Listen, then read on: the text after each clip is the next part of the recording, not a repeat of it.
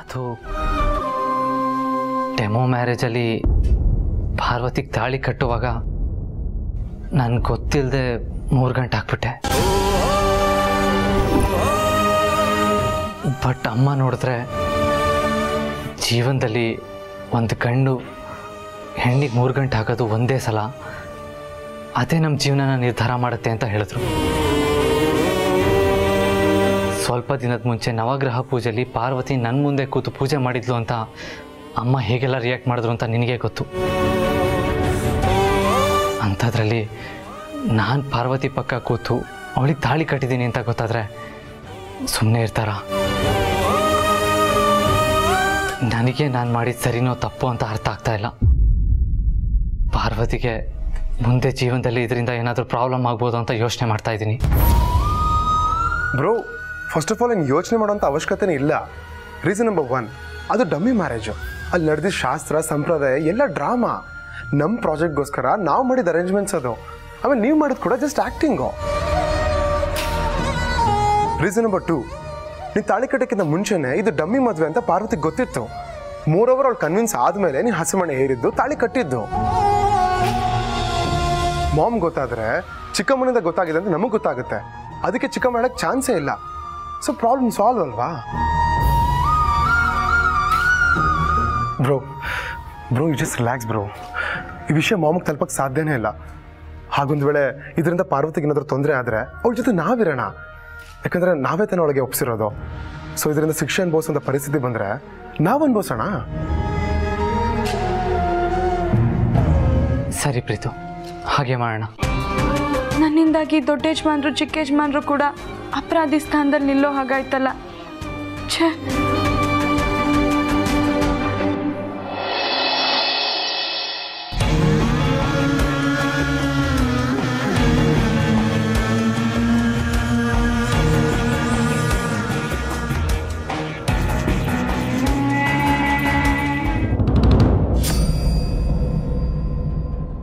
ದಿಶಾ ದಿಶಾ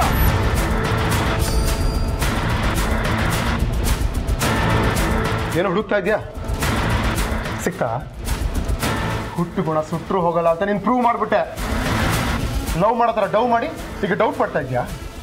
ನಾನು ಇಲ್ದಿರೋ ಟೈಮ್ ನೋಡಿಕೊಂಡು ನನ್ನ ರೂಮಿಗೆ ಬಂದು ಸರ್ಚ್ ಮಾಡ್ತಾ ಇದೆಯಾ? ಇಷ್ಟು ಚೀಪ್ ಲೆವೆಲ್ ಇಳಿತಿ ಅಂತ ನಾನು ಅನ್ಕೊಂಡಿರಲಿಲ್ಲ. ದೊಡ್ಡ ಮನತನದಿಂದ ಬಂದರೆ ಸಾಲದು, ಬುದ್ಧಿನೂ ದೊಡ್ಡವ್ರ ಥರ ಇರಬೇಕು. ಮೊದಲು ಹೋಗಿಲ್ಲಿಂದ. Get lost.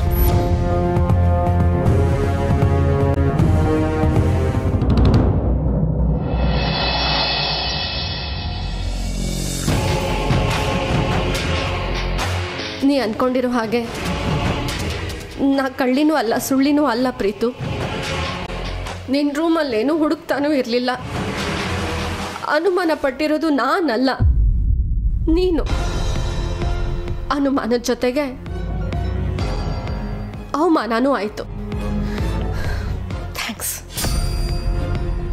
ಪಾರ್ವತಿ ಎಂಗೇಜ್ಮೆಂಟ್ನಲ್ಲಿ ನಿಂಗೆ ರಿಂಗ್ ಹಾಕ್ತಾ ಇದ್ದಿದ್ದು ಫೋಟೋದಲ್ಲಿ ಕ್ಯಾಪ್ಚರ್ ಆಗಿತ್ತು. ಅದು ನಂಗೆ ತುಂಬ ಇಷ್ಟ ಆಗಿ ನಿಂಗೆ ಸರ್ಪ್ರೈಸ್ ಕೊಡೋಣ ಅಂತ ಫ್ರೇಮ್ ಹಾಕ್ಸಿ ನಿನ್ನ ರೂಮಲ್ಲಿ ಇಡೋಣ ಅಂತ ತಂದಿದ್ದೆ.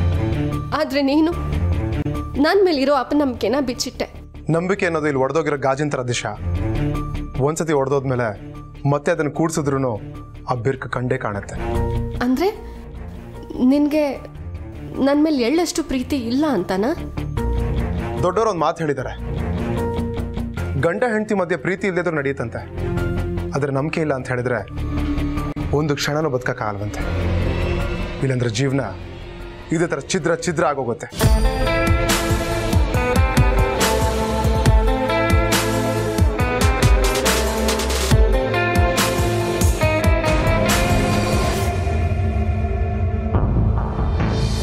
ಪ್ರೀತು, ನನ್ನ ಪ್ರೀತಿ ಈ ಫೋಟೋ ಫ್ರೇಮ್ ಮೇಲಿನ ಗಾಜಿನ ಥರ ಅಲ್ಲ. ನೀನು ಹೀಗೆ ಮಾತಾಡಿದ್ರು ಒಡೆದು ಹೋಗೋಕ್ಕೆ. ನಿನಗೆ ನನ್ನ ಪ್ರೀತಿ ಮೇಲೆ ನಂಬಿಕೆ ಇಲ್ಲ ಅಲ್ವಾ? ನಿನಗೆ ನಂಬಿಕೆ ಬರಬೇಕು ಅಂದರೆ ಏನು ಮಾಡ್ಬೇಕು ಹೇಳು? ನಾನೇನು ಮಾಡ್ಬೇಕು ಹೇಳು ಪ್ರೀತು? ಹಾಂ, ದೇವಸ್ಥಾನ ಸುತ್ತಬೇಕಾ? ಕಾಸ್ಟ್ಲಿ ಗಿಫ್ಟ್ಸ್ ಕೊಡಬೇಕಾ? ರಕ್ತದಲ್ಲಿ ಪತ್ರ ಬರಿಬೇಕಾ? ಇಲ್ಲ ಕೈ ಕುಯ್ಕೊಂಡು ಗೋಳಾಡ್ಬೇಕಾ?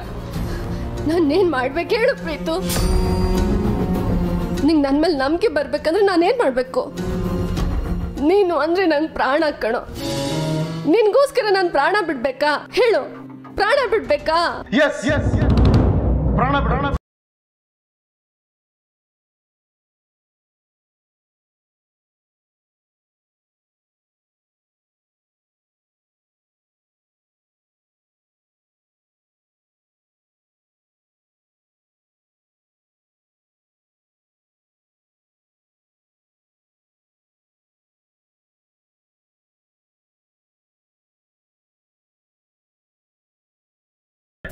ಈ ವಿಷ ಕುಡಿದು ಪ್ರಾಣ ಬಿಟ್ಟು ನೋಡೋಣ.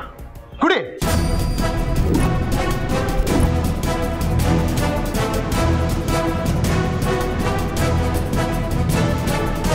Preethu, are you serious? Yes, I am damn serious. ಪ್ರೀತಿಗೆ ಪ್ರಾಣ ಬಿಡ್ತೀನಿ ಅಂತ ಕಮಿಟ್ ಆದ್ಯಲ್ಲ, ನನ್ನ ನಂಬಿಕೆ ಬರ್ಬೇಕಲ್ವಾ? ಕುಡಿ ಕುಡಿ.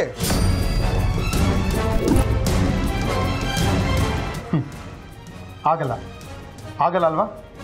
ಇವೆಲ್ಲ ಸಿನಿಮಾ ಸೀರಿಯಲ್ಗಳಲ್ಲಿ ಕಾಲೇಜಲ್ಲಿ ಓದ್ಬೇಕಾದ್ರೆ ಯವ್ವನ ಉಕ್ಕಿ ಹರಿಯುತ್ತಲ್ವಾ, ಅವಾಗ ಮಾತಾಡೋಕೆ ಚಂದ. ನಿಜ ಜೀವನಕ್ಕೆ ಕಾಲಿಟ್ರೆ ಎಲ್ಲ ಬಿಲ್ಡಪ್ ಮಾತುಗಳಷ್ಟೇ. ಪ್ರೀತಿಗೋಸ್ಕರ ಪುಟ್ಗೋರ್ಸಿನೇ ಕೊಡ್ದಿರೋ ಕಾಲದಲ್ಲಿ ಇವಳನ್ನ ಪ್ರಾಣ ಕೊಡ್ತಾಳಂತೆ. ಹೋಗಿಲ್ಲ.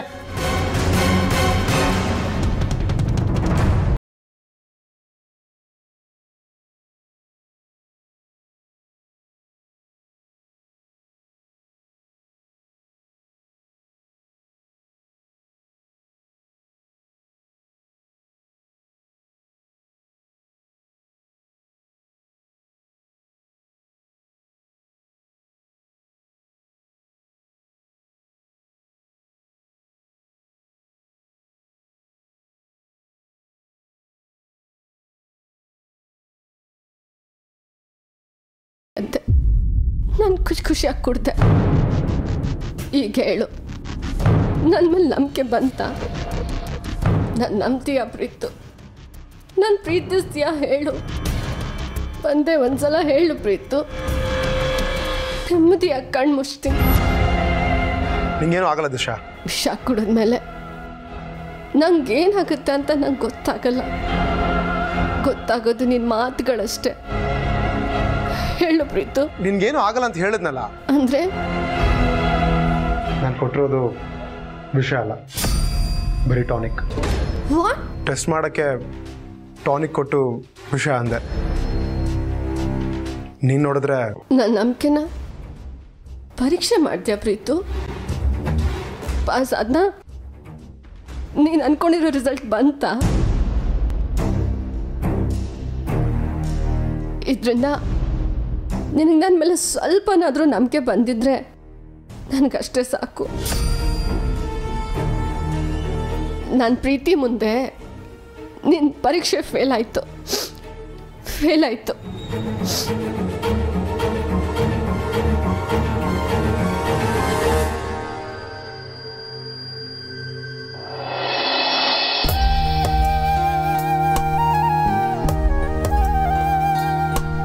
ಪಾರ್ವತಿ, ನಿನ್ನನ್ನ ದ್ವೇಷಿಸುವಂಥ, ನಿನ್ನ ಮೇಲೆ ಕೋಪ ಬರುವಂಥ ನೂರಾರು ಸನ್ನಿವೇಶಗಳು ಸೃಷ್ಟಿಯಾಗ್ತವೆ. ಆದರೆ ಅದನ್ನೆಲ್ಲ ದೂರ ತಳ್ಳಿ ನಿನ್ನನ್ನು ಪ್ರೀತಿ ಮಾಡೋದಕ್ಕೆ ಒಂದು ಕಾರಣ ಹುಟ್ಕೊಂಡ್ಬಿಡುತ್ತೆ. ಅದು ನಿನ್ನಲ್ಲೇ ರಕ್ತಗತವಾಗಿರುವಂತಹ ನಂಬಿಕೆ, ನಿಯತ್ತು, ಶ್ರದ್ಧೆ. ಅಮ್ಮ ಇವಾಗ ತಾನೇ ಹೇಳಿದ್ರು ನನ್ನ ಕೈ ಹಿಡಿಯೋ ಹುಡುಗಿ ಹೇಗಿರ್ಬೇಕು, ಅವಳ ಗುಣ, ಅವ್ರ ಮನೆತನ ಎಷ್ಟು ಚೆನ್ನಾಗಿರ್ಬೇಕು ಅಂತ ಹೇಳ್ತಾ ಇದ್ರು. ನಾವು ಜೀವನದಲ್ಲಿ ಯಾರಿಗೆ 3 ಗಂಟೆ ಹಾಕ್ತೀವಿ ಅನ್ನೋದು ತುಂಬಾ ಇಂಪಾರ್ಟೆಂಟ್ ಆಗಿರುತ್ತೆ. ಅದು ನಮ್ಮ ಮುಂದಿನ ಜೀವನದ ನಿರ್ಧಾರ ಮಾಡುತ್ತೆ. ಅದನ್ನ ಯಾರು ಹಗುರವಾಗಿ ತಗೋಬಾರ್ದು ಅಂತ ಹೇಳಿದ್ರು. ಆ ಮಾತು ನನ್ನ ಮತ್ತೆ ಡಿಸ್ಟರ್ಬ್ ಮಾಡ್ತಾ ಇದೆ ಪ್ರೀತು.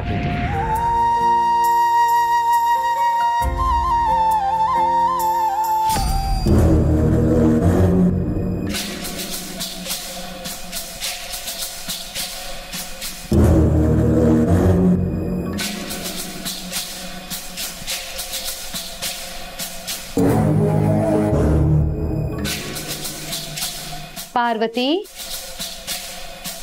ले पार्वती,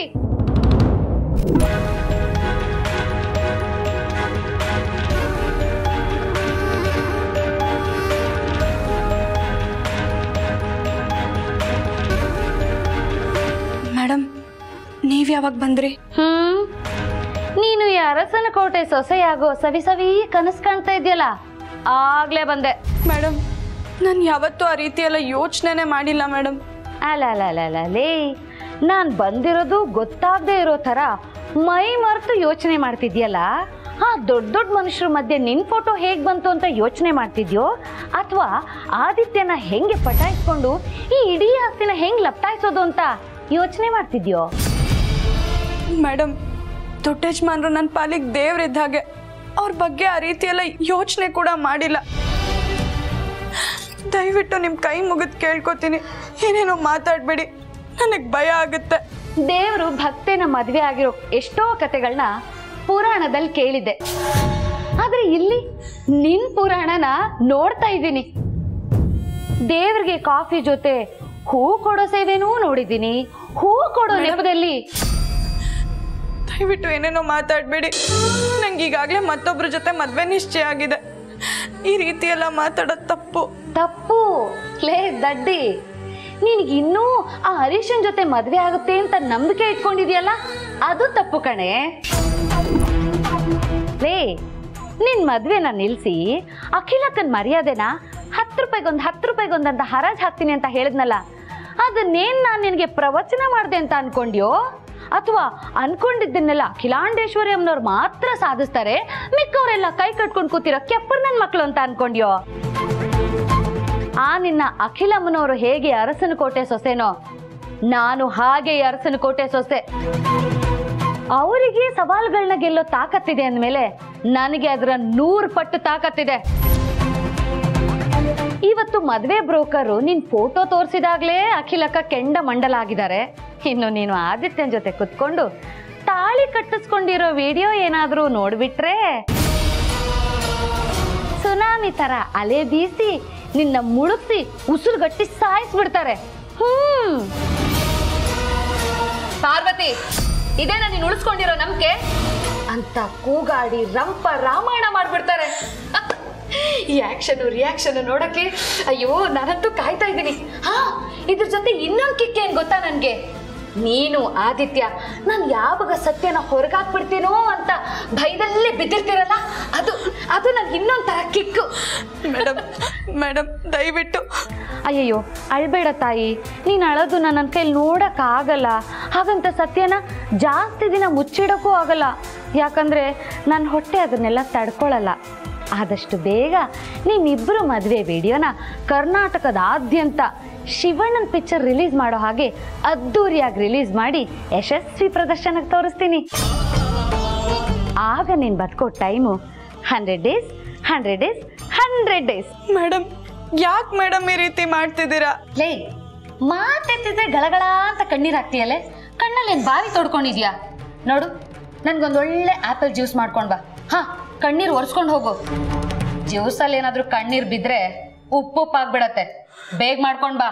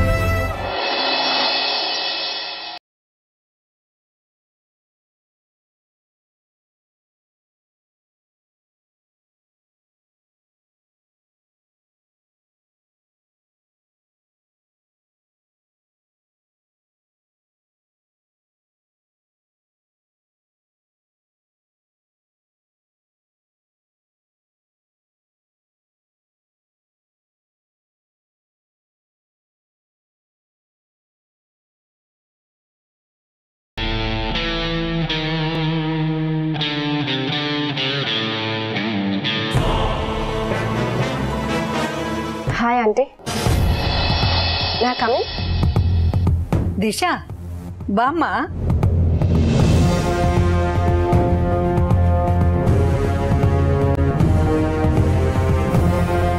ನಿನಗೆ 100 ವರ್ಷ ಆಯಸ್ಸು. ನಾನೇ ನಿನ್ನ ಕರಿಬೇಕು ಅನ್ಕೋತಾ ಇದ್ದೆ, ನೀನೇ ಬಂದಿದೀಯ. ಹೌದಾ ಆಂಟಿ? ಏನ್ ವಿಷಯ? ನಿನ್ನ ಪ್ರೀತು ಎಂಗೇಜ್ಮೆಂಟ್ ಇನ್ವಿಟೇಷನ್ ಪ್ರೂಫ್ ಬಂದಿದೆ. ನಿಮ್ಮ ಅಪ್ಪ ಅಮ್ಮನ ಹೆಸರು ಸರಿಯಾಗಿದೆಯಾ, ಅಲೈನ್ಮೆಂಟ್ ಓಕೆನಾ, ಫಾಂಟ್ ಸೈಜ್ ಸರಿಯಾಗಿದೆಯಾ ಎಲ್ಲ ಒಂದ್ಸಲ ಚೆಕ್ ಮಾಡಿ ಹೇಳಿಬಿಡು. ಅಕಸ್ಮಾತ್ ಏನಾದರೂ ಕರೆಕ್ಷನ್ಸ್ ಇದ್ದರೆ ಪ್ರಿಂಟಿಗೆ ಹೋಗೋಕ್ಕೆ ಮುಂಚೆನೇ ಹೇಳಿದ್ರೆ ಒಳ್ಳೆಯದು.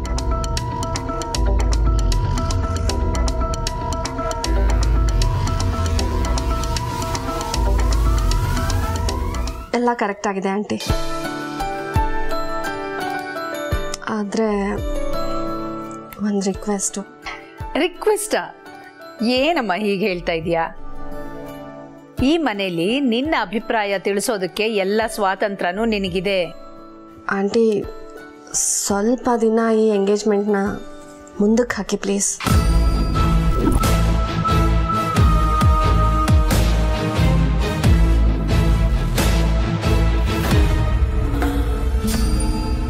ಏನಮ್ಮ ಇದು? ಎಂಗೇಜ್ಮೆಂಟ್ ಹತ್ರ ಬರ್ತಾ ಇದೆ ಅಂತ ಖುಷಿ ಪಡಬೇಕಾದ ಹುಡುಗಿ ಮುಂದಕ್ಕೆ ಹಾಕಿ ಅಂತ ಹೇಳ್ತಾ ಇದೆಯಲ್ಲ. ಪ್ರೀತು ಏನಾದರೂ ಬೇಜಾರು ಮಾಡಿಸದ್ನಾ? ಛೇ, ಹಾಗೇನಿಲ್ಲ ಆಂಟಿ. ನಾವಿಬ್ರು ಚೆನ್ನಾಗೇ ಇದ್ದೀವಿ. ಇನ್ಫ್ಯಾಕ್ಟ್ ಮುಂಚೆಗಿಂತ ನಾವಿಬ್ರು ಒಬ್ರೊಬ್ರನ್ನ ಚೆನ್ನಾಗಿ ಅರ್ಥ ಮಾಡ್ಕೊಂಡಿದ್ದೀವಿ. ಎಲ್ಲ ಚೆನ್ನಾಗೇ ಇದೆ ಅಂದಮೇಲೆ ಎಂಗೇಜ್ಮೆಂಟನ್ನ ಮುಂದಕ್ಕೆ ಹಾಕಿ ಅಂತ ಹೇಳೋದಕ್ಕೆ ಕಾರಣ? ಅದಕ್ಕೆ ನನ್ನ ಮಾಮ್ ಆ್ಯಂಡ್ ಡ್ಯಾಡ್ ಕಾರಣ. ಏನು? ನಿಮ್ಮ ಅಪ್ಪ ಅಮ್ಮ ಕಾರಣನಾ? ಮೊನ್ನೆ ನಾನು ಮೀರನ್ ಹತ್ರ ಮಾತಾಡಿದಾಗ ಅಖಿಲ ನೀನು ಹೇಳಿದ ಡೇಟ್ ನನಗೆ ಓಕೆ ಅಂತ ಹೇಳಿದ್ಲು. ಹೌದು ಆಂಟಿ, ಅವ್ರು ಹಾಗೇ ಹೇಳೋದು. ಯಾಕಂದರೆ ಅವ್ರಿಗೆ ನಿಮ್ಮ ಮಾತಿಗೆ ಎದುರಾಡೋಕೆ ಮನಸ್ಸಿಲ್ಲ. ಅವ್ರು ಫಾರಿನ್ ಹೋಗಿರೋದು ಒಂದು ದೊಡ್ಡ ಪ್ರಾಜೆಕ್ಟ್ಗೋಸ್ಕರ. ಅದು ನಮ್ಮ ಡ್ಯಾಡ್ ಡ್ರೀಮ್ ಪ್ರಾಜೆಕ್ಟ್ ಆಂಟಿ. ಆ ಪ್ರಾಜೆಕ್ಟ್ ಫೈನಲ್ ಸ್ಟೇಜಲ್ಲಿರುವಾಗಲೇ ನಮ್ಮ ಎಂಗೇಜ್ಮೆಂಟ್ ಡೇಟ್ ಫಿಕ್ಸ್ ಆಗಿದೆ. ಸೊ ಅವರು ನಮಗೋಸ್ಕರ ತಮ್ಮ ಡ್ರೀಮ್ ಪ್ರಾಜೆಕ್ಟ್ನ ಸ್ಯಾಕ್ರಿಫೈಸ್ ಮಾಡೋದಕ್ಕೆ ರೆಡಿ ಆಗಿದ್ದಾರೆ ಆಂಟಿ. ಬಟ್ ನನಗೋಸ್ಕರ ಅವರು ಇಂಥ ದೊಡ್ಡ ಪ್ರಾಜೆಕ್ಟ್ನ ಮಿಸ್ ಮಾಡ್ಕೊಳ್ಳೋದು ನನಗಿಷ್ಟ ಇಲ್ಲ. ಇನ್ನು ಸ್ವಲ್ಪ ದಿನ ಎಂಗೇಜ್ಮೆಂಟ್ನ ಮುಂದೆ ಹಾಕಿದ್ರೆ ಅವರು ಕೆಲಸ ಮುಗಿಸ್ಕೊಂಡು ಬಂದುಬಿಡ್ತಾರೆ. ಆಮೇಲೆ ಎರಡೂ ಫ್ಯಾಮಿಲಿ ರಿಲ್ಯಾಕ್ಸ್ ಮೂಡಲ್ಲಿ ಎಂಗೇಜ್ಮೆಂಟ್ ಮಾಡ್ಬೋದಲ್ವಾ ಆಂಟಿ? ಗ್ರೇಟ್ ದಿಶಾ, ನಿನಗೆ ನಿನ್ನ ಫ್ಯಾಮಿಲಿ ಬಗ್ಗೆ ಇರುವಂಥ ಕೇರು ಕನ್ಸರ್ನು ನೋಡಿ ನಂಗೆ ತುಂಬ ಸಂತೋಷ ಆಗ್ತಾ ಇದೆ. ಒಂದು ಕಡೆ ನಿನ್ನಂಥ ಮೆಚೋರ್ಡ್ ಹುಡುಗಿ ನನಗೆ ಸೊಸೆಯಾಗಿ ಬರ್ತಿದ್ದಾಳಲ್ಲ ಅನ್ನೋ ಖುಷಿ ಇದ್ದರೆ, ಇನ್ನೊಂದು ಕಡೆ ನಮ್ಮ ಪ್ರೀತಮ್ಗೆ ರೆಸ್ಪಾನ್ಸಿಬಿಲಿಟಿನೇ ಬರಲಿಲ್ವಲ್ಲ ಅನ್ನೋ ಬೇಜಾರು ಇದೆ. ಡೋಂಟ್ ವರಿ ಆಂಟಿ, ಅದು ಖಂಡಿತವಾಗಿಯೂ ಆದಷ್ಟು ಬೇಗ ಆಗತ್ತೆ. ಪ್ರೀತುನ ಬದಲಾಯಿಸೋದು ನನ್ನ ಜವಾಬ್ದಾರಿ. ಪ್ರೀತುನ ಸರಿದಾರಿಗೆ ತರುವ ಶಕ್ತಿ ನಿನಗಿದೆ ಅಂತ ನನಗೆ ಗೊತ್ತು ದಿಶಾ. ಆದರೆ ನಮ್ಮ ಪ್ರೀತು ಮನಸ್ಸೇ ಒಂದೊಂದು ಸಲ ಒಂದೊಂದು ಥರ ಇರುತ್ತೆ. ಎಂಗೇಜ್ಮೆಂಟ್ ಪೋಸ್ಟ್ಪೋನ್ ಆಗಿದ್ದರಿಂದ ಅವನ ಮನಸ್ಸೇನಾದರೂ ಬದಲಾಗ್ಬಿಟ್ರೆ ನಿನಗೆ ಸ್ವಲ್ಪ ರಿಸ್ಕು. ಸ್ವಲ್ಪ ಯೋಚನೆ ಮಾಡಿ ನೋಡು. ನನಗೆ ಪ್ರೀತು ಮೇಲೆ ಸಂಪೂರ್ಣವಾದ ನಂಬಿಕೆ ಇದೆ ಆಂಟಿ. ನಾವಿಬ್ರು ಮುಂದೆ ತುಂಬ ಚೆನ್ನಾಗಿ ಬದುಕ್ತೀವಿ. That's nice. ದಿಶಾ, ಈ ವಿಷಯದಲ್ಲಿ ನಿಮ್ಮ ಅಪ್ಪ ಅಮ್ಮ ಇನ್ವಾಲ್ವ್ ಆಗಿರೋದ್ರಿಂದ ನಾನು ಬೇಡ ಅಂತ ಹೇಳಲ್ಲ. ಅವರು ಪ್ರಾಜೆಕ್ಟ್ ಮುಗಿಸ್ಕೊಂಡು ಆರಾಮಾಗಿ ಬರಲಿ, ಆಮೇಲೆ ನಿಶ್ಚಿತಾರ್ಥ ಇಟ್ಕೊಳ್ಳೋಣ. ಜಸ್ಟ್ ನಿನಗೋಸ್ಕರ ಮಾತ್ರ ನಾನು ಈ ಎಂಗೇಜ್ಮೆಂಟನ್ನು ಪೋಸ್ಟ್ಪೋನ್ ಮಾಡೋಕ್ಕೆ ಒಪ್ಕೋತಾ ಇದ್ದೀನಿ.